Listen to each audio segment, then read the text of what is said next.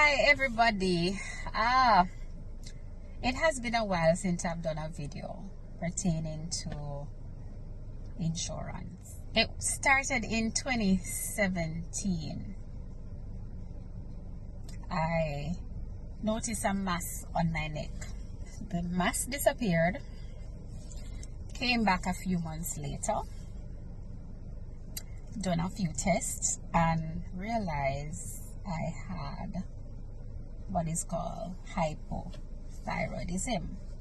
There's no history in my family of any such ailment, inflammation if you may, and I think rewind to 2013 when I just joined Sagicor. I did my medical that was required in terms of being contracted, and I remember Nurse McFarlane at the time said to me, well, she asked if I had any issues with my thyroid, and I told her no. Jokingly, I said to her, my mom has a fat neck, and she said, I still think you should get it checked out. Well, that went under the bus. Fast forward to 2017, the bulge came up, disappeared, came back. I don't recall if it was a year after, or I don't remember, but I know it came back and was obvious through a stressful period between 2018 and 2019 that it got bigger and harder. So I think it was during that time frame I started doing the thyroid function test and ultrasounds, etc., to establish size, the severity, and my options. I started out with natural treatment in terms of adjusting the diet, and I was doing stem cell through the immunizer, which the founder passed on during COVID, so there was no more available. Of course, I got a little frustrated, and of course, being inconsistent with what I was doing in terms of the diet and any other regime that was important to bring down the swelling.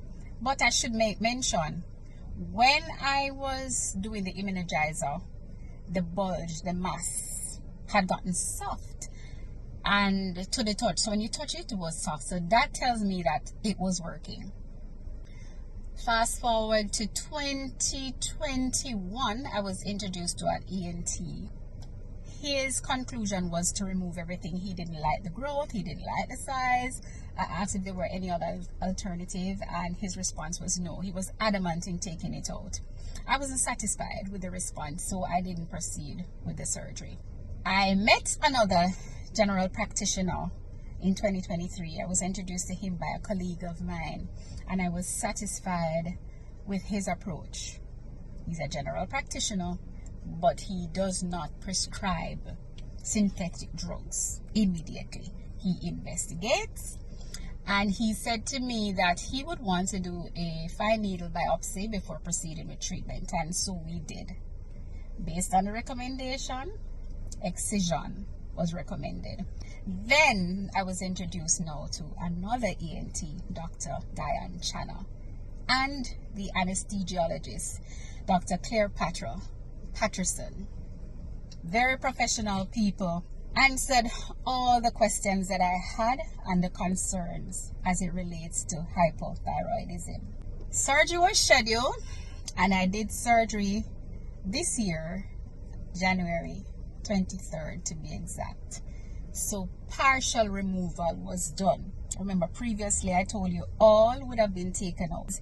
If I had taken out the entire thing, I would have to go on medication for the rest of my life. The fact that it was partial, which was only the side that was underactive, which was the right side, and you can see my battle scar. I wear this with pride. Prefer this than the mass. That I am not on medication, but I need to be on my supplements. One of the things that I notice with hypothyroidism is that it makes you irritable. Some never born miserable. It makes you anemic, and especially if you were before. And women tend to be anemic based on our monthly cycles. So you have to be careful. You have persons who have the eyes bulging out, and that might be the hyper hypothyroidism. So you have the hypo and you have the hyper. So you have to know the one that you have and the procedure or the prescription that best suits you. The surgery was 4 hours, and I'm telling you, I spoke immediately when I woke up in the theater. I was afraid to, but they said I spoke. Maybe an hour after the surgery, I asked for a cup of tea. I would have wanted it a little hotter, but was not recommended. And the following morning, I was having breakfast. So it was very successful. I anticipated much more. Now, the point I want to get to is, guys, that surgery. So the Andrews Memorial Hospital, the surgeon, assistant surgeon, anesthesiologist, I had to do CBC scans, ultrasound, every test that I had to do 2 weeks before the surgery, the day before the surgery, follow up after the surgery. You're looking at a $1.9 million bill. Now my health card covered that, so I could stay home for 3 weeks and recover, not thinking about a hospital bill. Remember, I mentioned that a part of the thyroid was taken out. And the fact that they have taken out a mass, it means that it needs to also be tested. 2 factors. It can be benign or it can be malignant. So non-cancerous or cancerous. Now if that happens, that it's cancerous, they would have to go back in, remove the rest of what is in there, and start treatment immediately to treat the cancer. The health card would not cover that stage of treatment. What I would need and what I have put in place is my critical illness coverage insurance. So my life insurance could help me at this point. My health card wouldn't be able to help me at this point, but my critical illness coverage insurance. So that's why it's important to have the balanced portfolio. I didn't need it because it wasn't cancerous, but you put things in place as safety net that if when you need it, you have it. Because if I was diagnosed, there is no way I could have applied for critical illness insurance after the fact.